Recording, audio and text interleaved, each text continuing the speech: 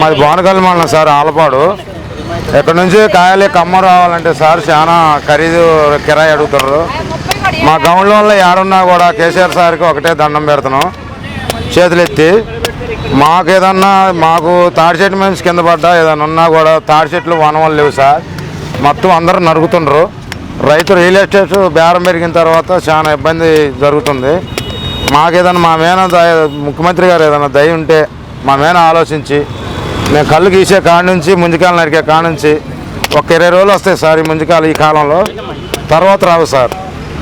మీరు ఏదన్నా ఉంటే మాకు వెళ్ళి దయచేసి ఏదన్నా మాకు ఆలోచన ఏదన్నా మీ పథకంగా మీరు మా మైండ్తో ఆలోచించి మమ్మల్ని ఏదన్నా ఒక దోవతో ఆలోచించండి సార్. ఇంతే సార్, మీకు దండం పెడతా.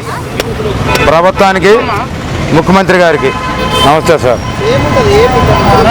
సార్ మేము చేసుకోవడానికి 20 రోజులు పని చేసుకుంటాం సార్. పెద్ద పెద్ద అడవుల్లో ఉండి కాయలు నరుకొస్తాం.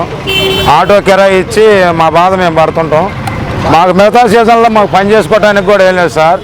ఒక బోడి భూములు ఉంటే ఈ పంటలో ఏం లేదు సార్. మా బాధలు మేము పడుతున్నాం. మీరు ఏదన్నా ప్రభుత్వం తరఫున ఏదన్నా మాకు అవకాశం ఉంటే మా గౌడ వృత్తికి ఏదన్నా మాకు దావ చూపించండి సార్, మీకు దండం పెడతా.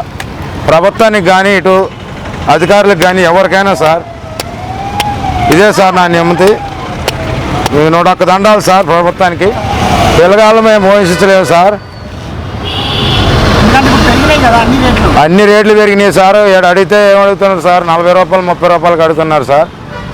మాకు మామూలుగా ఇబ్బంది కాదు సార్. ఆటో కిరాయి చేయాలంటే డీజిల్కి రేటు పెరిగింది అంటున్నారు సార్.